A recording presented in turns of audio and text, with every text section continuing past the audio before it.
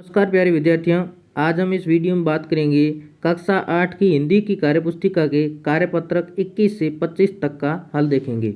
सबसे पहले बात करते हैं कार्यपत्रक 21। कार्यपत्रक 21 का पहला प्रश्न है कि रिक्त स्थानों में उचित संबंध बोधक लिखकर वाक्य पूरा कीजिए। ये कुछ संबंध बोधक है, इनका लिखना है।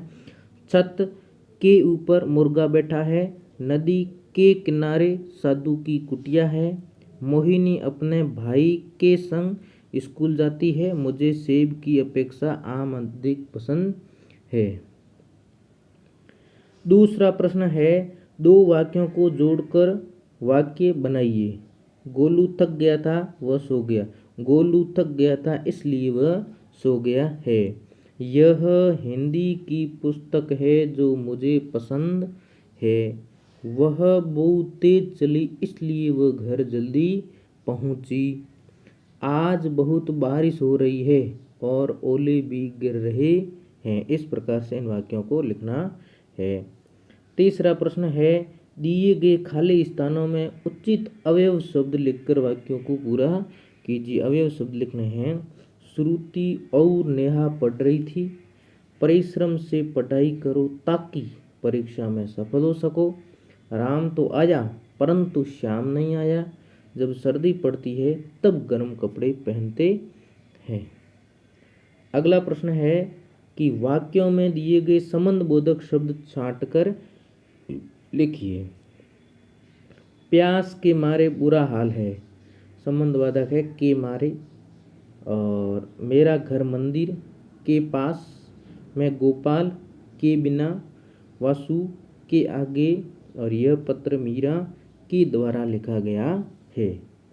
अगला है कार्यपत्रक 22। कार्यपत्रक 22 में एक कहानी दी गई है और कहानी को कविता के रूप में लिखना है।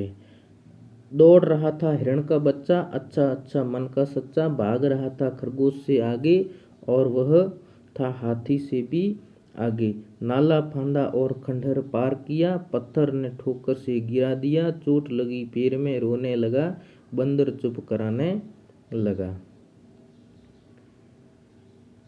भालू गोद में उठाने लगा, फिर भी बच्चा रोने लगा। माँ आकर बोली चलो पत्थर को पीटेंगे। बच्चा बोला वह भी रोएगा, ऐसा नहीं करेंगे। ये सुन माँ और खरगोश हंसने लगे, उन्हें देख सब हंसने लगे। तो इस प्रकार से आप इस जो कहानी थी उसको कविता में इस प्रकार से लिख सकते हैं। अगला है कार्यपत्रक 23। कार्यपत्रक 23 का पहला प्रश्न है कि दिए गए विकल्पों में से सही उत्तर चुनिए। सही उत्तर चुनना है कि जंगल में कैसा पेड़ था।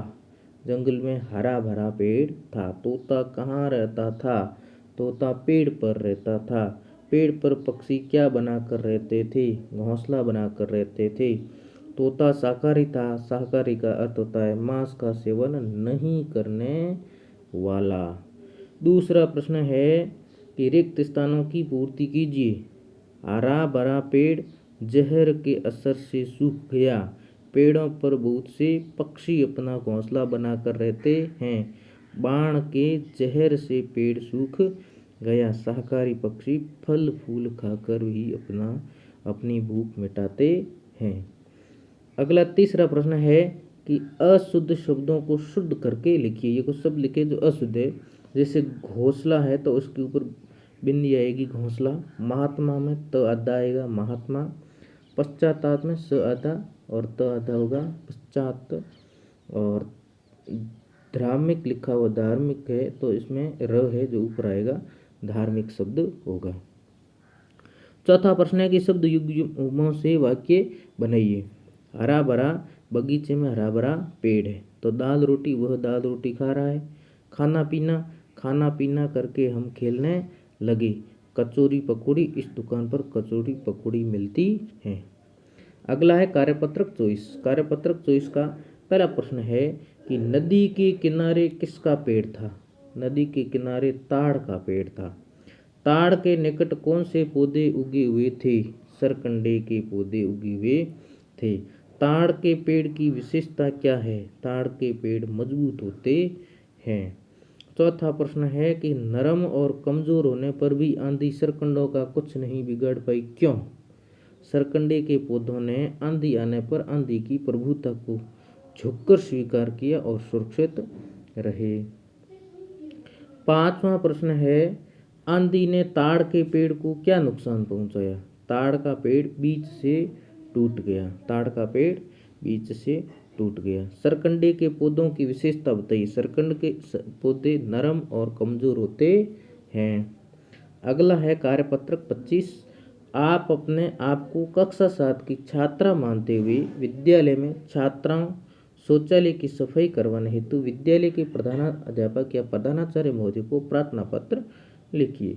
सेवा में श्रीमान प्रधानाचार्य महात्मा गांधी राजकीय विद्यालय कास्नी। आप यहाँ अपने विद्यालय का नाम लिख सकते हैं। विषय है छात्रा शौचालय की सफाई हेतु प्रार्थना पत्र। महोदय, सविनय निवेदन है कि मैं कक्षा 7 की छात्रा हूँ। विद्यालय में छात्राओं के शौचालय की साफ सफाई नहीं हो रही है, जिससे बहुत दुर्गंध और गंदगी फैली हुई है। इससे हमें असुविधा होती है और बीमारियों का खतरा भी बना रहता है। कृपया शौचालय की नियमित सफाई की व्यवस्था कराने की कृपा करें। आपकी कृपा के लिए हम सदा आभारी रहेंगे। दिनांक 4/10/26 कुछ भी लिख सकते हैं। आपके आज्ञाकारी नाम और कक्षा 7।